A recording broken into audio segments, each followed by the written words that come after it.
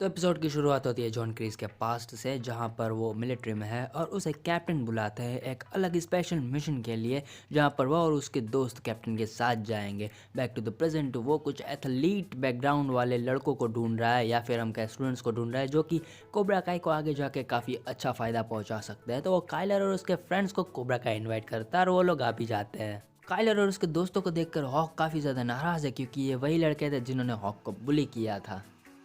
Johnny Miguel को खड़े होने में मदद करता है। यहाँ पर उन दोनों की ट्रेनिंग चल रही होती है, तभी मिगेल को पता चलता है कि जॉनी और एली एक दूसरे से बात कर रहे हैं। तो मिगेल जॉनी को एक नए से अच्छे से फ़ोटोज़ खिंचाने को कहता है ताकि वो उसे इम्प्रेस कर सके, और जॉनी मान भी जाता है। तो वो लोग फ़ोटोज़ खिंचाते हैं। यहाँ पर इसी बीच मिगेल की मुलाकात टोरी से होती है, लेकिन उन दोनों के बीच अब कुछ खास बचा नहीं है, तो वो बात भी आगे नहीं बढ़ती।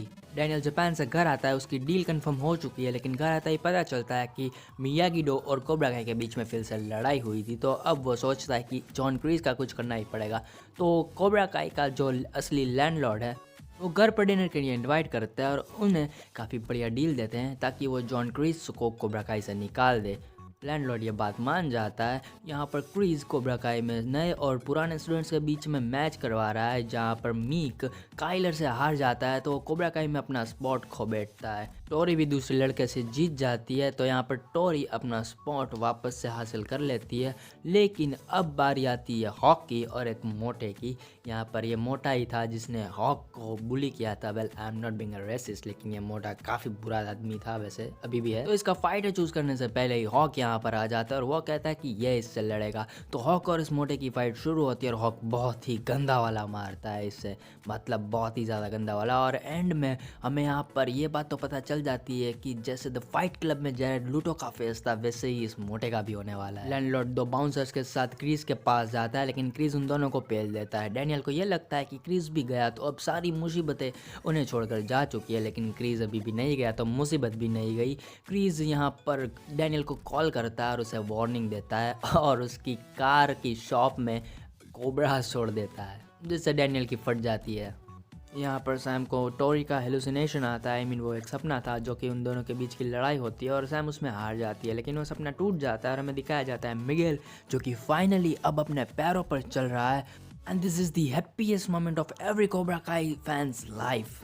मिगेल जॉनी को मोटिवेशन स्पीच देता है कि उसे एक नया डोजो खोलना चाहिए ताकि हम लोग कोबरा काई को हरा सके, और जॉनी ये बात मान जाता है। मिगेल स्कूल जाता है, जहाँ पर वो हॉक से मिलता है और उसे बाद में पता चलता है कि हॉक ने डिमिट्री का हाथ तोड़ दिया था, तो अब कोबरा काई से इतने ज़्यादा रिश्ते नहीं आगे बढ़ाता। काइलर और उसके दोस्त अब वापस से फिर से सबको बुली करना शुरू कर देते हैं, बिकॉज अब वो कोबरा काई में है। जॉनी कोबरा काई के लिए नई यहाँ पर ज़मीन ढूंढने जाता है, तो उसे कुछ यहाँ पर मिलता तो नहीं है, इसलिए वो पब्लिक पार्क में ही कराटे सिखाना शुरू कर देता है। सैम वापस से कराटे करना नहीं चाहती क्योंकि वह डरी हुई है टोरी से, और उसे लगता है कि डिमिट्री और मिगेल के साथ जो कुछ भी हुआ उसमें उसकी भी गलती है, लेकिन डैनियल उसे समझाता है और सैम अब फिर से कराटे खेलने के लिए मान जाती है। यहाँ पर हमें दिखाया जाता है कि हॉक और उसके दोस्त ईगल फैंग की तरफ जाता है, क्योंकि जॉनी ने उन्हें समझाया था, लेकिन एक्चुअली में ये सारा का सारा कोबरा काई है, जो कि जॉन क्रीज भी उनके साथ होता है और जॉन क्रीज जॉनी को वार्निंग देता है। सभी डोजो जब अपनी कराटे ट्रेनिंग शुरू करते हैं, यहाँ पर रॉबी जेल से बाहर आ जाता है, तो जॉनी और डैनियल दोनों ही उसे लेने जाते हैं, लेकिन रॉबी किसी के साथ भी नहीं जाना चाहता। मिगेल सैम से मिलता है और अब उन दोनों के बीच की दोस्ती वापस से काफ़ी गहरी हो चुकी है। यहाँ पर उन्हें डिमिट्री दिखता है, जो कि कुछ अलग ही कांड कर रहा था।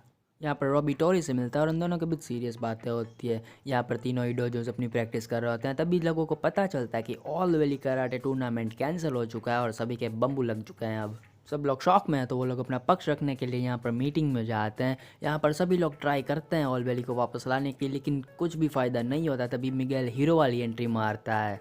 वहाँ पर सैम भी होती है और ये दोनों वहाँ पर स्पीच देते हैं कि स्कूल में हुई फाइट में ये दोनों भी विक्टिम थे और उनके साथ जो कुछ भी हुआ वो एक्चुअली में कराटे की वजह से नहीं हुआ, बल्कि कराटे ने उन्हें सेव किया है। और इन सारी बात यहाँ पर सुनने के बाद जूरी यहाँ पर ऑल वैली को वापस से री एंट्री दे देती है और सब लोग काफ़ी खुश हैं। इन सब के बाद रात को मिगेल और सैम बातें कर रहे होते हैं, लेकिन वहाँ पर रॉबी होता है और उन्हें देख लेता है। रॉबी तो वहाँ से चला जाता है। यहाँ पर जॉनी और मिगेल की मॉम एक दूसरे के साथ बात कर रही हैं और इन बात करते करते ही वो लोग एक्सट्रीम लेवल वाले प्यार तक चले जाते हैं और एपिसोड का एंड यहाँ पर हो जाता है। वह इन सब के बीच में एक फ्लैशबैक था, जिस फ्लैशबैक में हमें दिखाया गया है कि जॉन क्रीज उसके दोस्त और कैप्टन मिशन के लिए जाता है, लेकिन वो मिशन फेल हो जाता है क्योंकि क्रीज अपने दोस्त की जान नहीं देना चाहता था और वो सब इन सब की वजह से पकड़े जाते हैं।